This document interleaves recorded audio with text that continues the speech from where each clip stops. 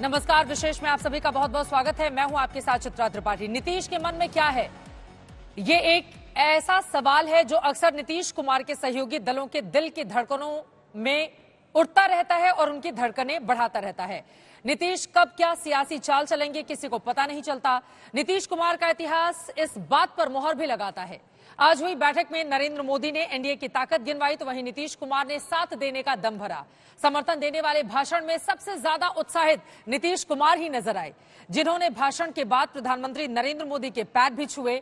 लेकिन मौजूदा सियासी घटनाक्रम की अहम कड़ी बने नीतीश कुमार के मन को समझना इतना आसान कतई नहीं है।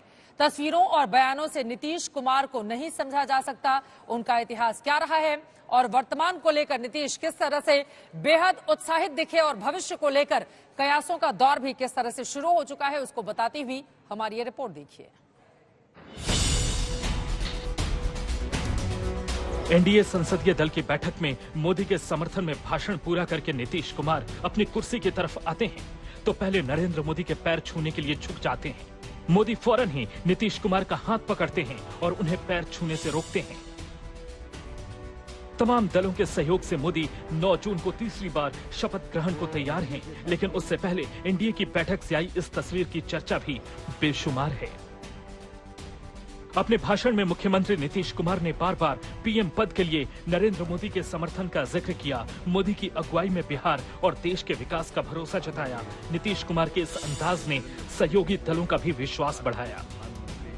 हमारी party Janata Dal United, Bharatiya Janata party संसदीय दल के नेता आदरणीय श्री नरेंद्र मोदी जी को भारत के प्रधानमंत्री पद के लिए समर्थन देती है। अपने भाषण में नीतीश कुमार ने कई बार मोदी की तारीफ की और यह तक कह दिया कि जब सहयोगी इतनी मजबूती के साथ खड़े हैं तो फिर शपथ ग्रहण में देरी क्यों। मेरा आग्रह यही है कि जल्दी से जल्दी आपका काम शुरू हो जाए, शपथ ग्रहण हो जाए। अब आप इतवार को करने वाले हैं तो हम तो चाहते थे कि आजो हो जाता तो अच्छा था, लेकिन आपकी जब इच्छा है तो जब भी हो, जितना तेजी से काम हो जाए तो बहुत अच्छा है। बीजेपी इस बार अपने दम पर बहुमत का आंकड़ा नहीं पार कर सकी है, लिहाजा वो जेडीयू जैसे दलों की अहमियत अच्छे से समझ रही है। यही वजह है कि मोदी इस जीत को एनडीए की महाविजय बता रहे हैं। तीसरे कार्यकाल में मजबूती से एनडीए को आगे ले जाने का प्रयास कर रहे हैं। मैं मानता हूं कि 2024 के लोकसभा के चुनाव के जो नतीजे हैं, हर पैरामीटर से देखेंगे, दुनिया ये मानती है और मानेगी कि ये एनडीए का महाविजय है। लेकिन बयान कुछ भी हों, दावे कुछ भी हों, लेकिन गठबंधन वाली सरकार की राह में रोड़े की गुंजाइश हमेशा बनी रहती है, जिसकी बानगी बिहार की राजधानी पटना की सड़कों पर लगी इन तस्वीरों में दिख रही है। एक और नीतीश कुमार पीएम का पैर छूने की कोशिश करते दिख रहे हैं, तो वहीं दूसरी ओर जेडीयू नेता नीतीश कुमार को टाइगर बताकर जेडीयू की ताकत का दम भर रहे हैं। कि किस तरह से टाइगर जिंदा है लिखा गया है, बीच में नीतीश कुमार की तस्वीर है और दोनों तरफ एक एक टाइगर या बाघ दिख रहा है। तो साफ तौर पर आपको याद दिलाएं कि ये वही जगह है जहां आज से कुछ दिन पहले डबल इंजन सरकार वाला पोस्टर लगा था। नीतीश और प्रधानमंत्री मोदी दोनों साथ में थे। हालांकि उसमें प्रधानमंत्री का कद थोड़ा ऊंचा दिखाया गया था नीतीश से, लेकिन ये जो पोस्टर आया है ये साफ तौर पर अब नीतीश कुमार के बढ़ते सियासी कद की तरफ इशारा कर रहा है। नीतीश कुमार और उनकी पार्टी को अपनी ताकत और अहमियत का अंदाजा है। हालांकि नीतीश पूरी तरह से नरेंद्र मोदी के साथ दिखाई दे रहे हैं और इस बार बीजेपी के साथ रहते हुए ही लंबी पारी का दावा कर रहे हैं। पटना से आदित्य वैभव, सुजीत झा, रोहित कुमार सिंह के साथ दिल्ली से हिमांशु मिश्रा और चित्रा त्रिपाठी, आज तक। जेडीयू और टीडीपी पहली बार एनडीए का हिस्सा नहीं है। पहले भी दोनों पार्टियां बीजेपी की सहयोगी रह चुकी हैं और कुछ मतभेद के चलते अलग भी हो चुकी हैं। नीतीश कुमार तो कई बार पाला बदल चुके हैं, लेकिन इस बार वो मजबूती से मोदी के साथ का भरोसा दे रहे हैं। ऐसे में सवाल यह है कि आखिर उन मुद्दों पर नीतीश कुमार का क्या रुख होगा जिसका बीजेपी समर्थन करती रही है और जेडीयू विरोध। क्या आपसी विरोध वाले मुद्दों पर दोनों दलों में सहमति बन पाएगी या ये मुद्दे गठबंधन की राह में चुनौती खड़ी करेंगे?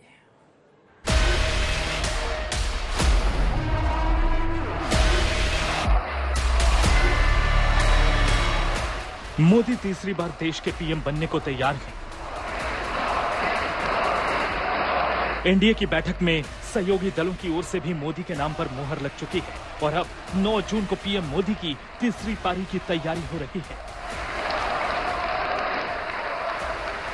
लेकिन सवाल यह है कि क्या इस बार सरकार की राह पहले जैसे ही आसान होगी?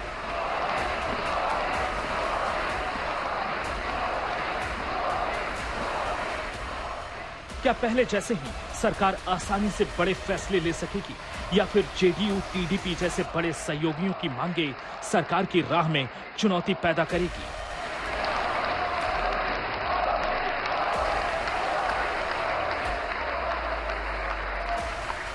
ये सवाल किस लिए उठ रहे हैं, इसे एनडीए की बैठक में नीतीश कुमार के भाषण से समझिए। पूरे भाषण के दौरान नीतीश कुमार मोदी के समर्थन की बात करते रहे, लेकिन इशारों इशारों में बिहार को विशेष राज्य के दर्जे वाली अपनी मांग भी छेड़ते रहे। हमारी party Janata Dal United, Bharatiya Janata party संसदीय दल के नेता आदरणीय श्री नरेंद्र मोदी जी को भारत के प्रधानमंत्री पद के लिए समर्थन देती है। आज ये बहुत ही खुशी की बात है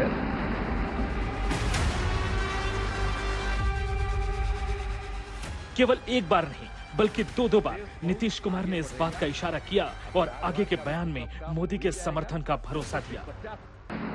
10 साल से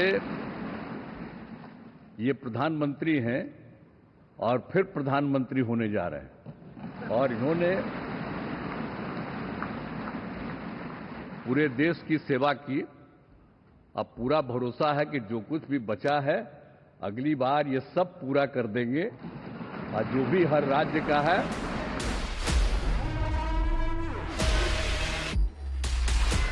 तो सवाल यह है कि क्या समर्थन का पत्र देने के बाद भी नीतीश कुमार जैसे नेता अपनी मांगों को लेकर सरकार के सामने रुख साफ करना चाहते हैं? वहीं मंत्रिमंडल बंटवारे को लेकर भी अहम सवाल लोगों के मन में चल रहे हैं। गठबंधन का विजय, हमने बहुमत हासिल किया है और मैं कई बार कह चुका हूं, शब्द अलग होंगे लेकिन मेरे भाव उसमें एक सातत्य है। सरकार चलाने के लिए बहुमत आवश्यक है, लोकतंत्र का वही एक सिद्धांत है, लेकिन देश चलाने के लिए सर्वमत बहुत जरूरी होता है।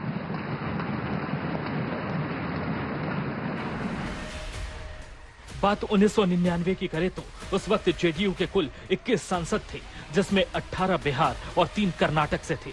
उस वक्त सरकार में जेडीयू को 3 कैबिनेट मंत्री का पद मिला था, जबकि 1 राज्य मंत्री भी जेडीयू के खाते में गया था।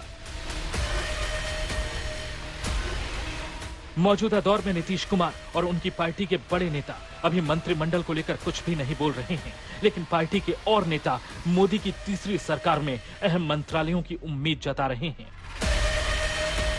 रेलवे एक ऐसा मंत्रालय है जिस पर लगातार बिहार के हिस्से में हुआ था हक बनता है और जो सबसे ज्यादा राजस्व इस विभाग को बिहार दे रहा है।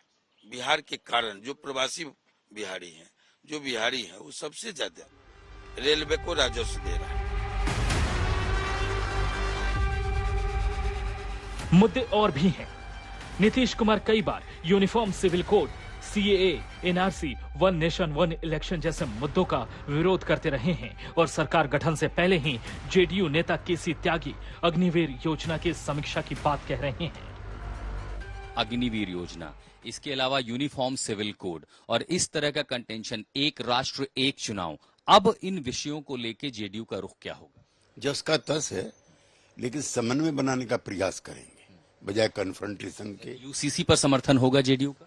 यूसीसी पर नीतीश कुमार जी ने चिट्ठी लिखी थी विधि आयोग के अध्यक्ष को, जिसमें उन्होंने कहा था कि हम इसके खिलाफ नहीं हैं, लेकिन इसमें व्यापक विचार विमर्श की आवश्यकता है। जितने भी स्टेक होल्डर्स हैं, राज्यों के मुख्यमंत्री हैं, डिफरेंट पॉलिटिकल पार्टीज हैं, सबके साथ मिल करके विचार विमर्श करके कोई यूनिफाइड फॉर्म निकालना चाहिए।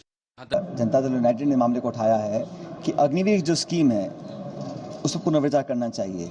और मैं तो समझता हूँ कोई दल, कोई नेता, कोई पार्टी अगर अग्निवीर का विरोध करती है तो देश हित में कर रही है, क्योंकि कांग्रेस पार्टी ने एक स्पष्ट कमिटमेंट किया था, अगर हम सरकार में आते हैं तो हम अग्निवीर को रद्द करेंगे, पुरानी भर्ती को चालू करेंगे। देश में जो लोग फौज में भर्ती होना चाहते हैं उनको वंचित रखा जाए, ये गलत है। भारत माता की।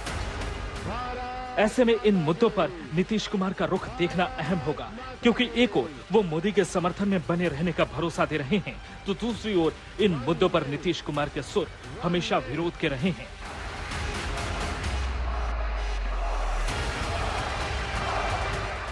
पटना से आदित्य वैभव, सुजीत झा, रोहित कुमार सिंह के साथ दिल्ली से हिमांशु मिश्रा और चित्रा त्रिपाठी, आज तक। नीतीश कुमार के मन में क्या है, ये सवाल सबसे ज्यादा विपक्षी दलों की ओर से उठाया जा रहा है। विपक्षी दलों का दावा है नीतीश के सियासी इतिहास को देखते हुए सरकार की स्थिरता का दावा नहीं कर सकते हैं, क्योंकि नीतीश कुमार आए दिन अपना सियासी स्टैंड बदलते रहते हैं।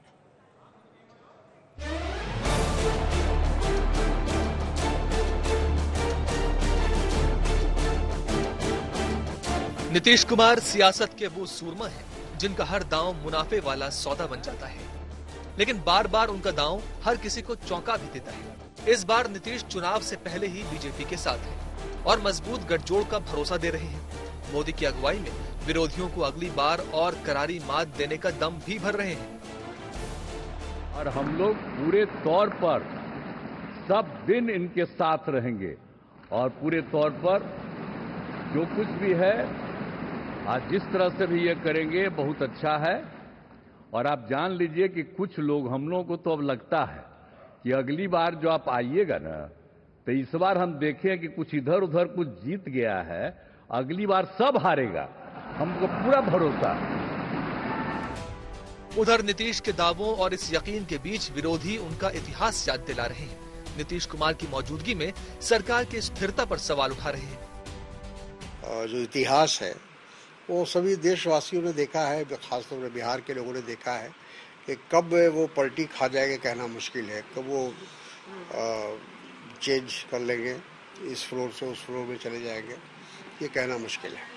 तो आगे देखते हैं क्या करते हैं वो। अब ये मोदी सरकार नहीं है, अब ये एनडीए की सरकार है। एनडीए की सरकार में सब सम्मिलित हैं और अगर सब सम्मिलित हैं, सबका हिस्सा है। क्योंकि नीतीश कुमार ने पाला पलटने का सियासी खेल इतनी बार खेला है कि उनका अगला कदम क्या होगा ये समझ पाना किसी के लिए भी आसान नहीं। यही इधर वाले कह रहे हैं नीतीश कुमार बिल्कुल भी नहीं पलटेंगे और उधर वाले विपक्षी दल कह रहे हैं कि इस बार तो आखिरी बार पलट जाइए। अब आगे क्या होगा इस पर रहेगी हमारी नजर। फिलहाल विशेष में इसी के साथ अभी के लिए बस इतना ही। ये तस्वीरें सामने आ रही हैं जेपी नड्डा को देखिए किस तरह से अब जाकर सभी ने मुलाकात की है राष्ट्रपति द्रौपदी मुर्मू से। राष्ट्रपति भवन की ये तस्वीरें इस वक्त आपको दिखा रहे हैं। इसके पहले एनडीए दलों की बैठक हुई और उसके बाद समर्थन पत्र के साथ ही साथ उन तमाम लोगों के नाम भी ऐसा लग रहा है यहां पर सौंपे जा रहे हैं। जैसे और मिलेगी जानकारी आज तक आप तक पहुंचाएगा